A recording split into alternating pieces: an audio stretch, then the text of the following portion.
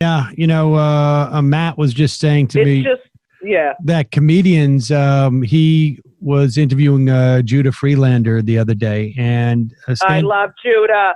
Well, Matt realized like stand-up comedians are the most sort of media visible sector who are really, really damaged by this thing. Right. So, because we cannot do our art without an audience. Even the process of creating the art needs an audience. And you watch these late night hosts struggling because they're getting no feedback. Right. And this motherfucker is standing. It's awful. And we're the truth tellers. We're the fucking truth tellers. By the way, pre-order my book. Yes, I can say that. Well, for the comedians. Tell us about your book. That's good news.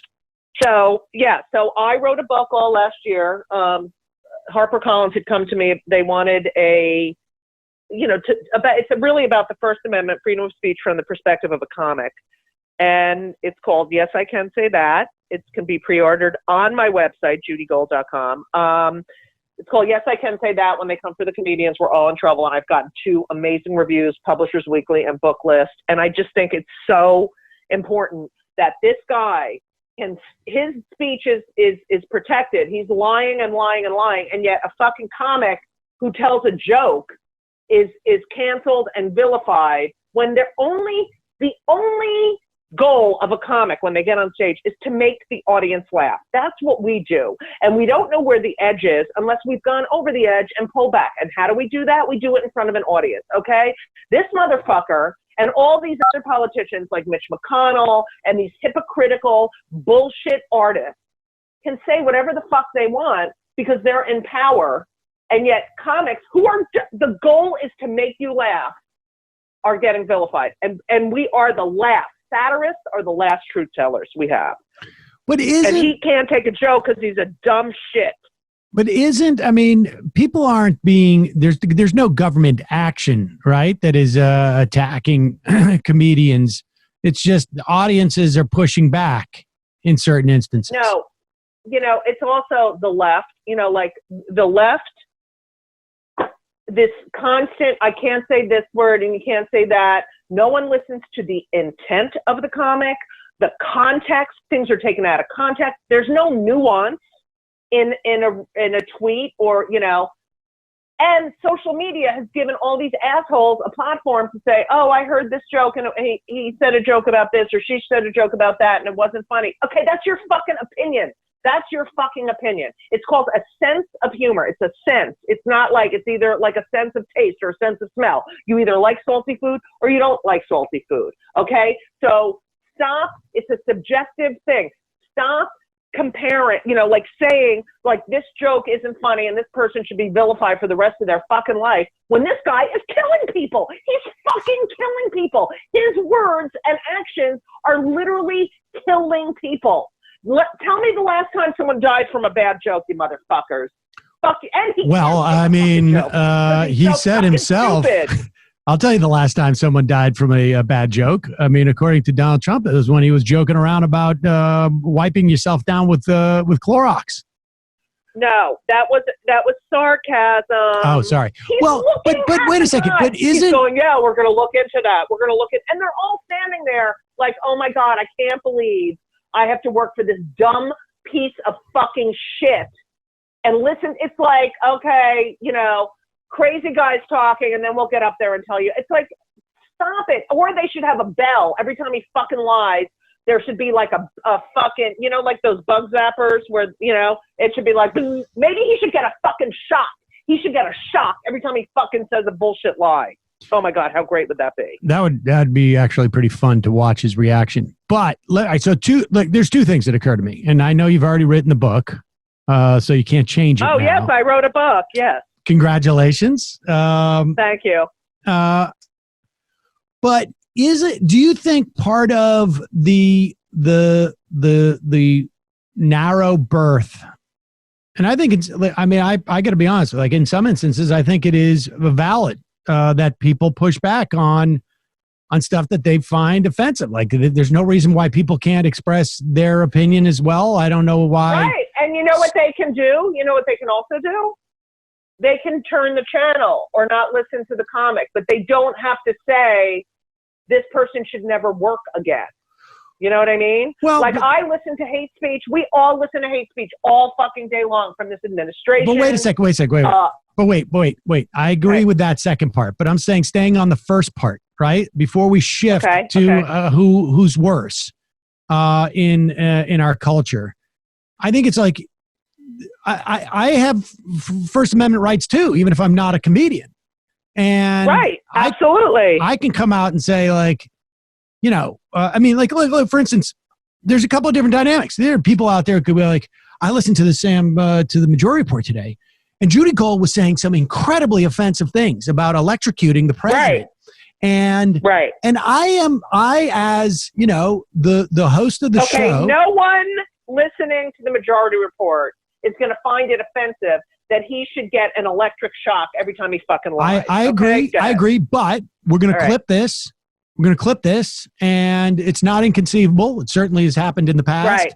Right. You know, some right winger will be like, here's Sam Seder, you know, chuckling at the idea that the president during a pandemic would be receiving small but, you know, significant electric shocks every time he supposedly lied. And Sam Seder's just sitting with a smug smirk on his face, thinking it's funny.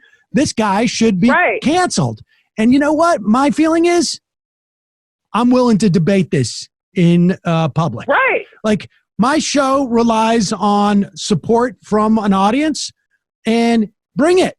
If you think I should be canceled for this, bring it. I'm willing to have this conversation in public. Yeah. And if public if public decides that Sam Seder, you have lost your license with the audience, not an official license. It's just like we as an audience are no longer going to support you because we think you're gross. I mean, it's like, you know, as a stand-ups have the ability.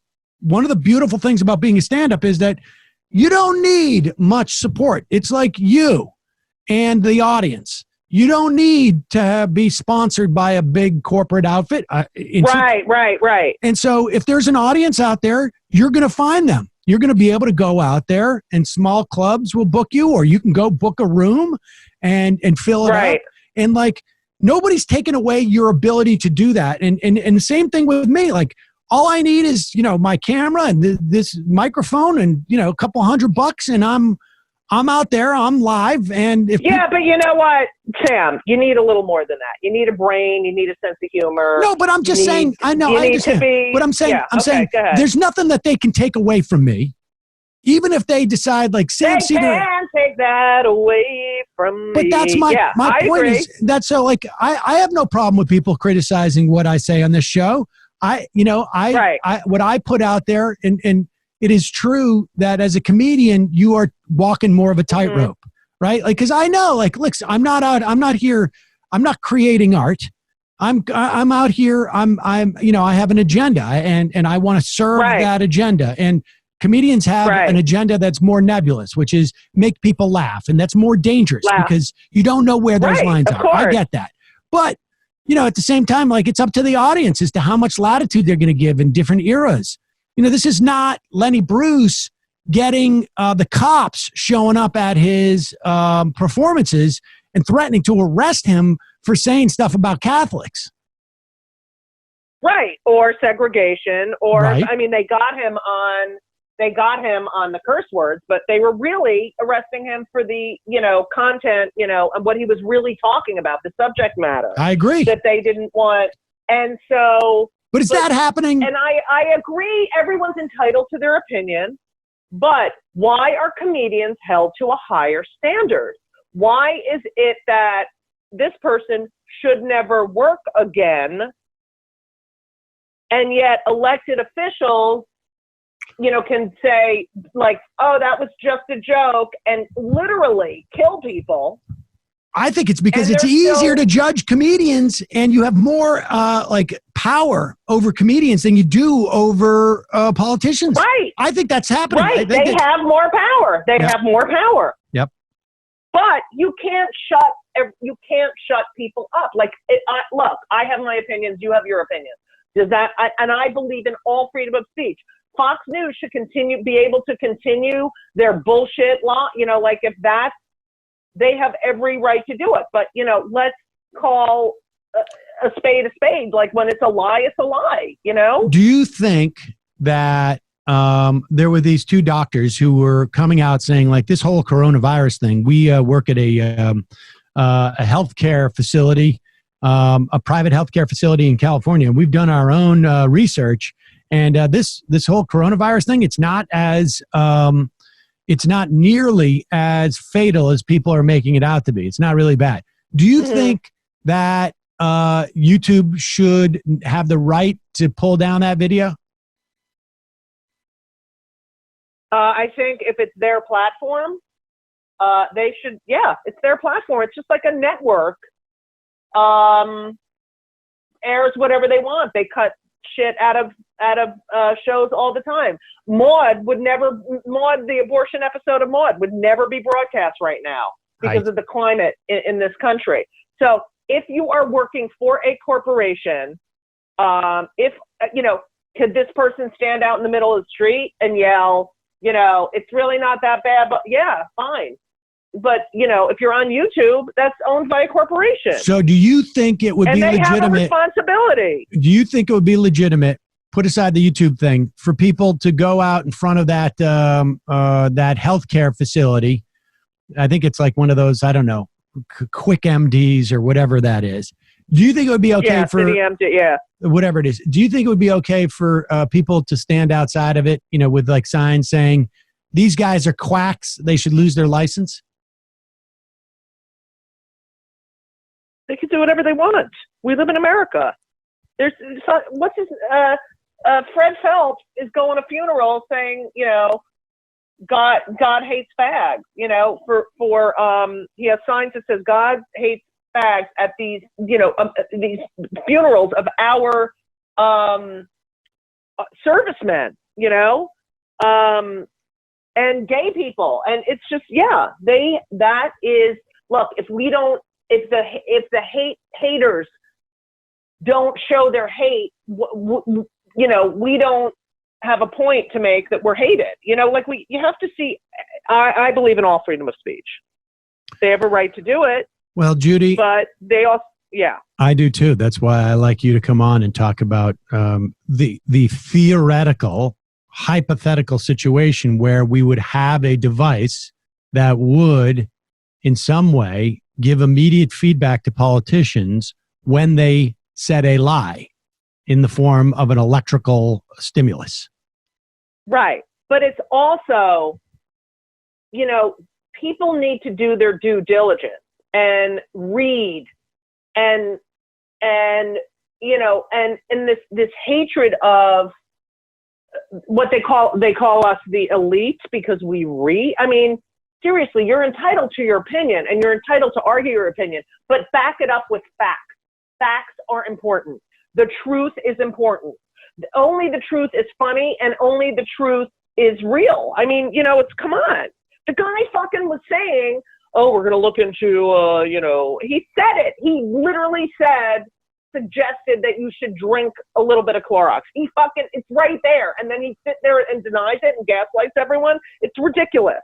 It is ridiculous because everybody knows the only way to get the Clorox to the lungs is to actually create an incision right just below the bone in between the chest, in between the ribs. Right. And then you go in with the sponge. And then inject it. Right.